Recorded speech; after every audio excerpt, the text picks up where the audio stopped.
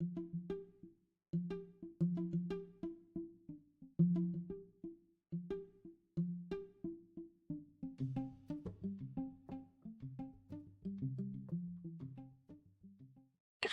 my name is Veronica, and this is my podcast, Good Thinking with V. Thank you so much for joining me today. So, the purpose of this podcast is just to explore some concepts and theories in psychology, which I find really interesting and really help me identify maybe certain issues that I face in life and try to explain some emotions and some feelings that crop up, which I can't seem to get an answer for. And I hope that going through these concepts, it sort of helps you as well explain away some things that just don't make sense.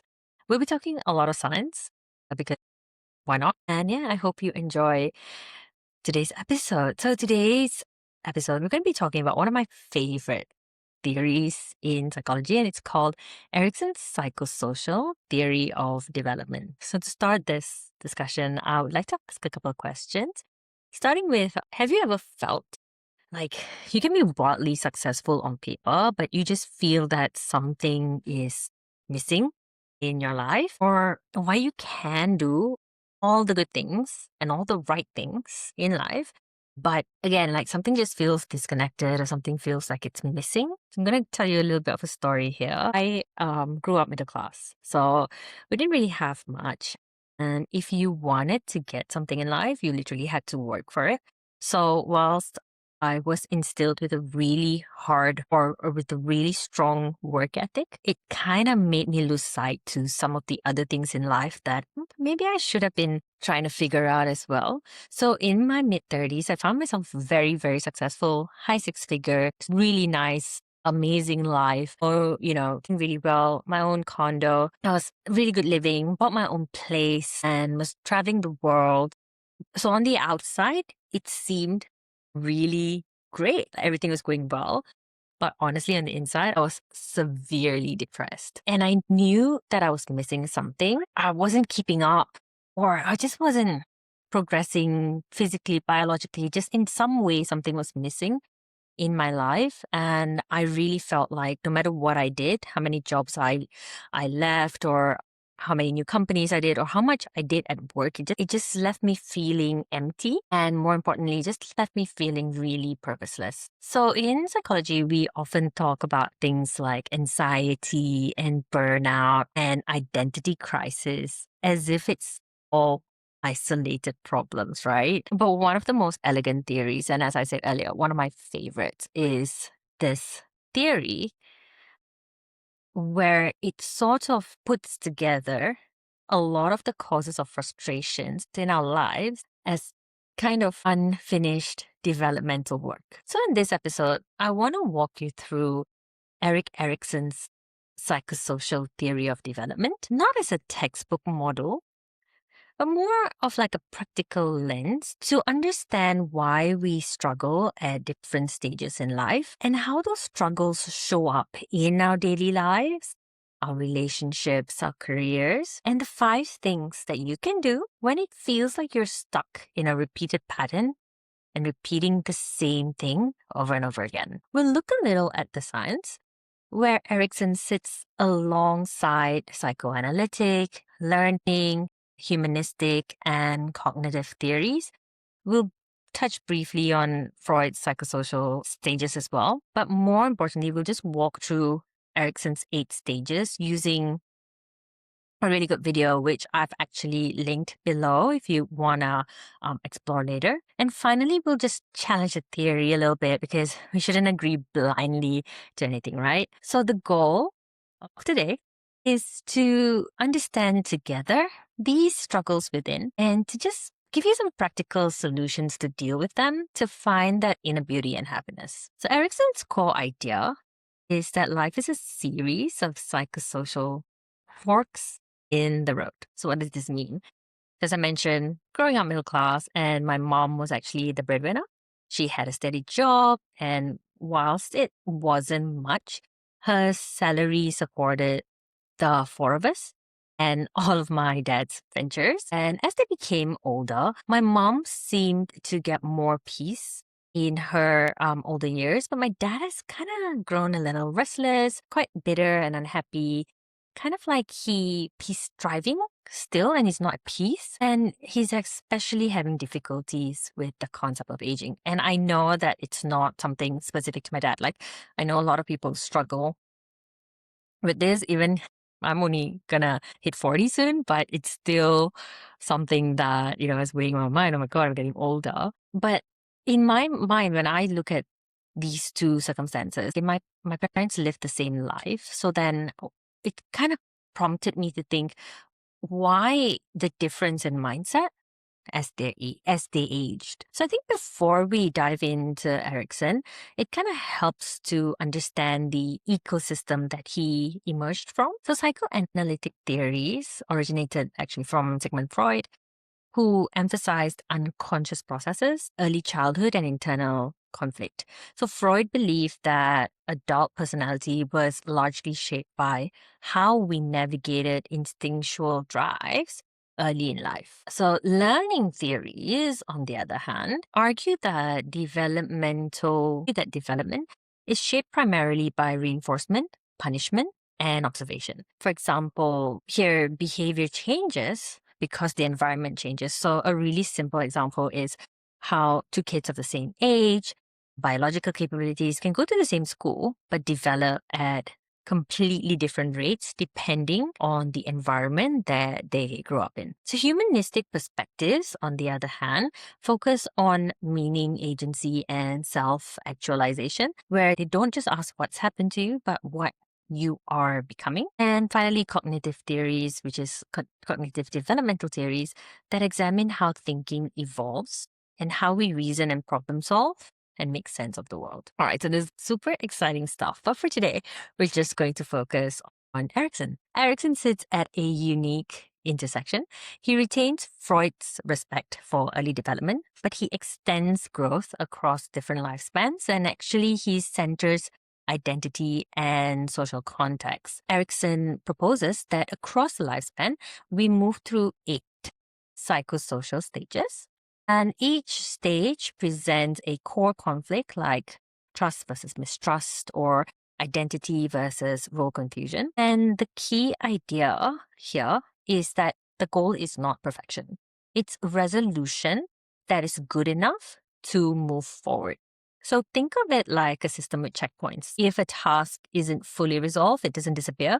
It just kind of shows up later and often under stress. I often see this, obviously, myself and high-performing individuals and adults, where you're competent, you're driven, you're disciplined, but you're emotionally exhausted.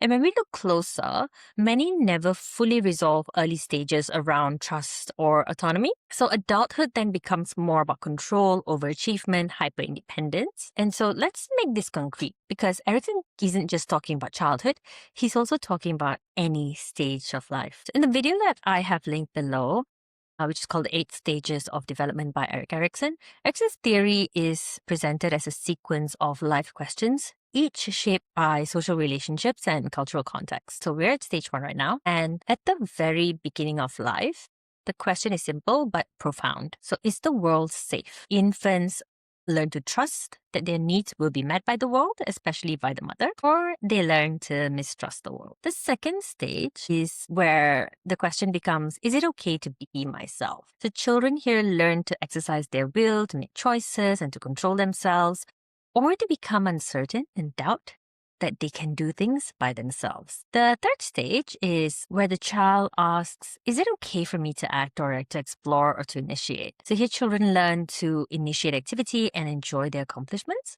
acquiring direction and purpose, or if they're not allowed initiative, they feel guilty about their attempts at independence. The fourth stage is where competence matters. So feedback from teachers and peers begin to shape self-worth.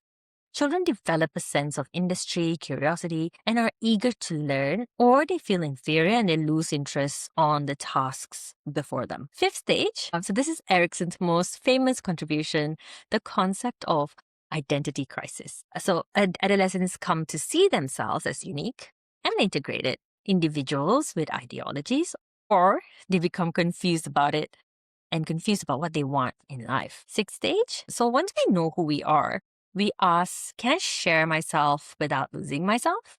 So young adults become able to commit themselves to another person, or they develop a sense of isolation and they feel they have no one in the world except themselves. And this is something that stage is so personal to me because it took me a really, really long time to realize that, there was something that was missing when I went through that stage, and it made it hard for me to have relationships. The seventh stage, so this is the stage of contribution. So here, creating, mentoring, and building takes sort of like a direction beyond the self. Adults are willing to have and care for children and to devote themselves to their work and the common good, or they become self-centered and inactive. And the final stage, which is the eighth stage, is the final question is reflective. Did my life make sense? So older people enter a period of reflection, becoming assured that their life have been meaningfully spent, ready to face death with acceptance and dignity, or they despair in their unaccomplished goals, failures, and ill-spent lives. I've seen that one, and I think that's relating to the story that I told you earlier. The three stages that Erickson proposed that is especially relevant for adults is the identity versus role confusion, the intimacy versus isolation, and the generativity versus stagnation. These stages don't just run once and disappear. They reactivate during major transitions, career changes, breakups, migrations, parenthood, burnout, whatever you name it. And as this pattern is a recurrence, the same emotional variables come up. It's just repeated in different contexts. So this is where someone can feel grounded in their 20s, lost in their 30s, and strangely come again in their 40s, or the reverse. So it's not really regression. It's a lot like a renegotiation. Sounds familiar, right? Like we feel we're doing everything right early. We study hard, we build a career, we build a family, and then suddenly we feel disconnected from who we are. That's not failure. That's maybe your identity asking for an update. So this brings us to the part that Erickson doesn't get enough credit for, what unresolved stages look like in daily life. So unresolved stages don't announce themselves. They show up as behaviors. Trust versus mistrust can look like difficulty relying on others. Autonomy versus shame can look like perfectionism. Identity versus role confusion can look like a chronic comparison. Intimacy versus isolation can look like wanting closeness but pulling away. What's powerful about Erickson's theory is that it removes moral judgment. You're not broken. You're responding exactly as a nervous system does when a core developmental need wasn't fully met. And the good news? Erickson believed development is lifelong, which means insight creates choice and essentially can affect change. Now, it's important to say this clearly. Erickson's theory is not without criticism. The stages were largely developed within the Western individualistic context. So in collectivist cultures, more Asian, identity and intimacy may develop differently. Second thing, real development doesn't really follow neat age brackets. It'd be nice if it did, right? But people often occupy multiple stages simultaneously. Compared to modern cognitive or neuroscientific models, Erickson's stages are conceptually rich but difficult to operationalize. But the theory endures because it offers meaning and not just measurement. So here are the 5 things that you can do right now if you're feeling stuck, unsettled, or if something is feeling off, grounded in Erickson's developmental lens, but practical enough to act on today. So the first thing you can do is name the stage you're in. Clarity always comes the nervous system. So ask yourself, what question keeps coming up for me lately? Do I have trust issues? Is it okay for me to be myself? Who am I becoming now? Can I open up and allow people to really see me? Am I contributing or just surviving? So this helps because labeling the conflict externalizes it.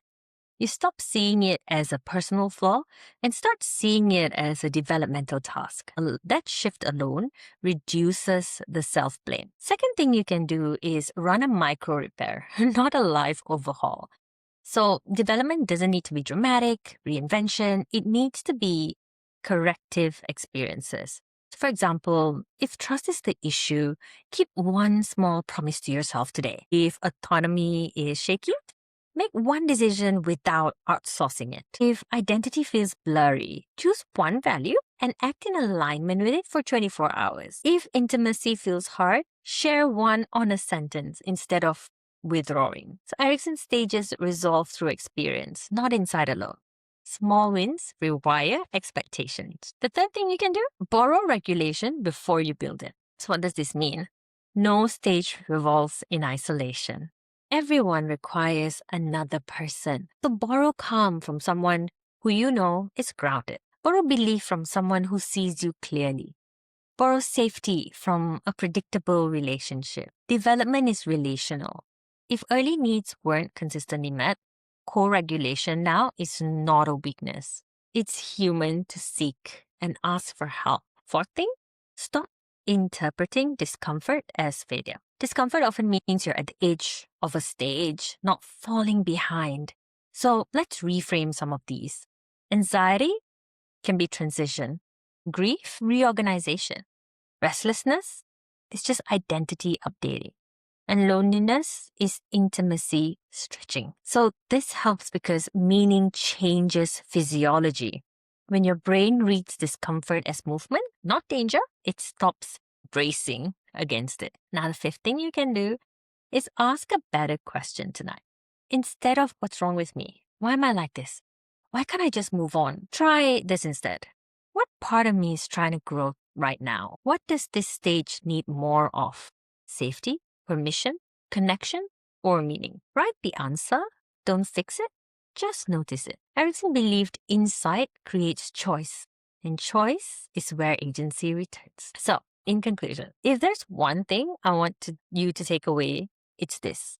Feeling stuck doesn't mean you're failing at life. It often means you're being invited to complete a chapter that was interrupted. Instead of asking what's wrong with me, I try asking what stage might be asking for my attention right now. If this framework resonated, I encourage you to reflect on one life transition where things felt harder than expected and ask what developmental need was activated there. And if you want to go deeper, I share more reflections like this across my writings and episodes where psychology meets real life. Not theory for theory's sake, but understanding that actually helps. Thanks for spending this time with me. See you next time for more good thinking and insights into life with psychology.